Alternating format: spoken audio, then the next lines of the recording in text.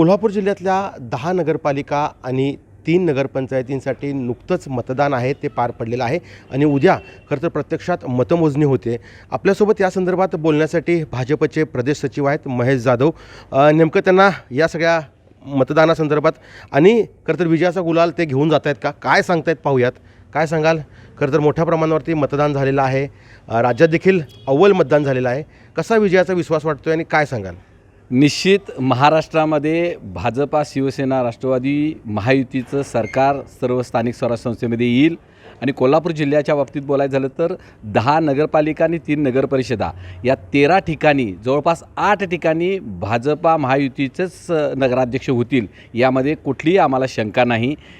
जरी आघाड्या कोल्हापुरामध्ये विविध ठिकाणी स्थानिक लेवलला आघाड्या जरी झाल्या असल्या तरी ते भारतीय जनता पार्टीचाच नगराध्यक्ष असेल, कुठं शिवसेनेचा नगराध्यक्ष असेल, कुठं राष्ट्रवादीचा असेल।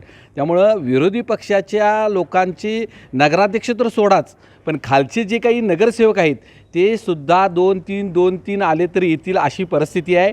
तुम्हाला उद्या लक्षात येईल की या 13 नगरपालिकांमध्ये जवळपास जे काही नगरसेवक आहेत ते 80% जास्त नगरसेवक आणि नगराध्यक्षसुद्धा भारतीय जनता पार्टी आणि मित्रपक्षाचे होतील। खरं पाहिलं तर कागलमध्ये आपण निवडणूक लढवलेली नाही। कागल नगरपालिकेमध्ये जे उमेदवार होते त्यांचे अर्ज देखील माघारी घेतले होते। एकूण कोल्हापूर विभागात काय वाटतं अशा ठिकाणी की बाबा भाजपचाच कुठं एक नगराध्यक्ष होईल किंवा किती नगरसेवक होईल, काय आकडा सांगाल? बघा, तसं म्हणून चालणार नाही। चंदगडला पूर्ण पॅनेल जवळपास भारतीय जनता पार्टीचं उभा केलेला आहे। तुमच्या हुपरीसारख्या ठिकाणी, तुमच्या वडगावला सुद्धा आम्ही मित्रपक्षात असलो तरी आमचा नगराध्यक्षसुद्धा आम्ही त्या ठिकाणी उभा केलेला आहे भारतीय जनता पार्टीचा। आपल्याला शिरोळमध्ये भारतीय जनता पार्टीचं संपूर्ण पॅनेल आहे। त्यामुळे अनेक ठिकाणी भारतीय जनता पार्टीचं नगराध्यक्ष डायरेक्ट उभा केलेला आहे आणि मित्रपक्ष जरी असले काही ठिकाणी, कागलच्या ठिकाणी समरजित घाडगे मूळचे असले तरी भारतीय जनता पार्टीचाच त्यांचा प्रवास झाला, जास्त त्यांचं प्रसिद्धी झाली आणि भविष्यकाळातसुद्धा त्यांचा भारतीय जनता पार्टीचे सहयोगी म्हणूनच ते या ठिकाणी राहतील।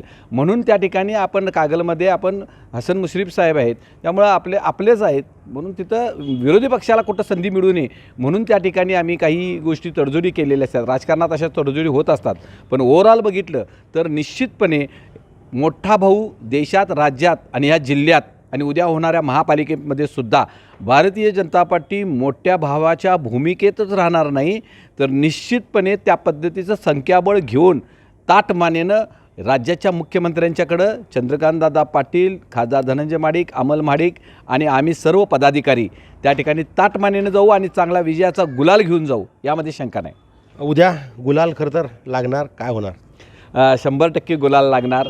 म्हणजे अगोदर काय अति कॉन्फिडन्सनं बोललं तर मग EVM लगेच विरोधकांचं चालू होतं आहे, तर तसं काही नाही।